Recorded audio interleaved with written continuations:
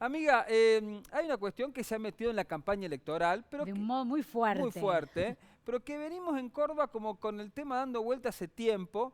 Incluso podemos ponerlo, no quiero poner la grieta porteños y cordobeses en la cosa, Pero pero muchas veces sucede, es tal ¿no? cual. Y está Enrique Neder, el doctor Enrique Neder, especialista también en temas, es docente de la Facultad de Ciencias Económicas, ya nos acompañó en otra ocasión, y vamos a hablar de la cuestión y la polémica de las tarifas. Bienvenido, Enrique, al programa, ¿eh? Muchas gracias por la invitación. Sí, es real, este tema genera mucha discusión, pero particularmente por el tema de los subsidios. Ujú. Es Pero perdón, sí, ¿desde Coti. cuándo lo arrastramos? Porque Miguel lo decía, venimos ahora en No, campaña, viene no, fuerte, no, no, no, apareció, no, no. pero El tema de los subsidios arranca desde el año 2003 más o menos. Y justamente escuchando los otros bloques que tuve Ujú. la oportunidad, pensaba, particularmente en el último, con el tema de las dietas y por qué es tan importante el tratar de hacer cuestiones de llevar a cabo un régimen, como explicaba la dietista.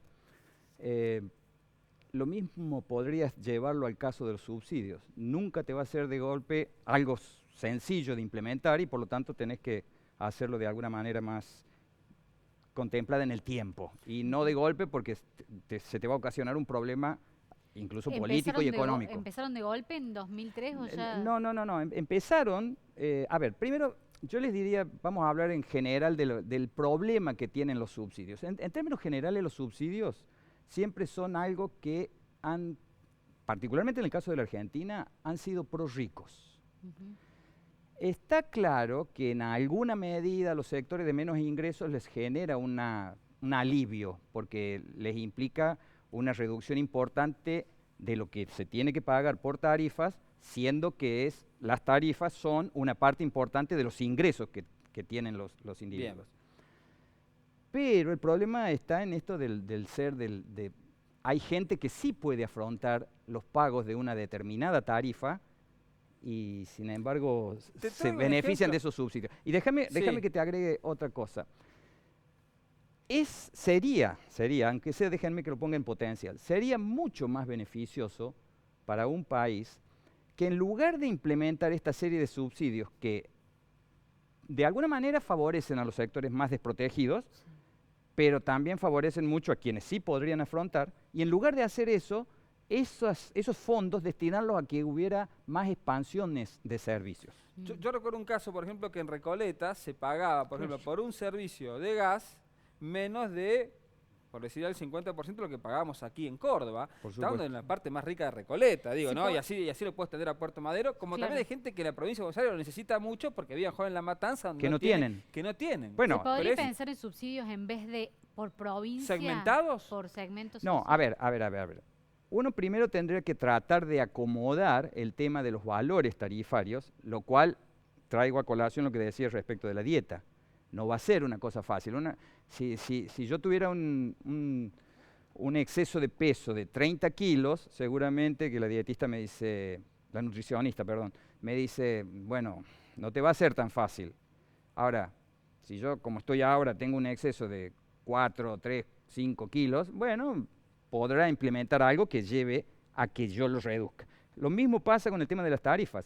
Las tarifas tienen un atraso muy importante, particularmente por los subsidios. Si uno se pone a pensar en términos generales, las tarifas están subsidiadas casi en un 60% y el 40% es lo que realmente nosotros pagamos. Ujú.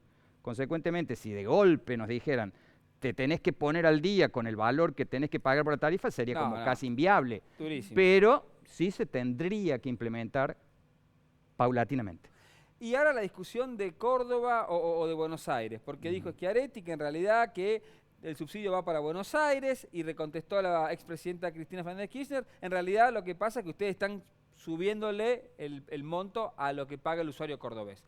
¿Podemos poner un Sí, a poquito ver, yo claro? quisiera ahí poner un poquito de blanco sobre negro. Sí. Hay una cuestión que es la siguiente. Eh, Hay subsidios que forman parte del presupuesto nacional y que están destinados a empresas en particular que sí son las que atienden en Buenos Aires. O sea, que EPEC no tendría esos subsidios que EPEC no tiene tendría, Edenor de Sur. no, no, no, ese, pero Ese. sí tiene el subsidio general que se le transfiere a CAMESA, que CAMESA, para que se entienda, Ujú. es la compañía argentina del mercado mayorista Eléctrico, Sociedad Anónima, CAMESA. Ella se encarga de hacer la recepción de la energía por parte de los generadores y después se distribuye. Hay un sistema de cómo ingresan los generadores. Primero ingresan los de costos más bajos y así hasta que se hace un precio de corte y se dice, bueno, ese es el valor que se va a tener que cobrar en el precio de generación de la energía a todas las distribuidoras. A todas las distribuidoras se les,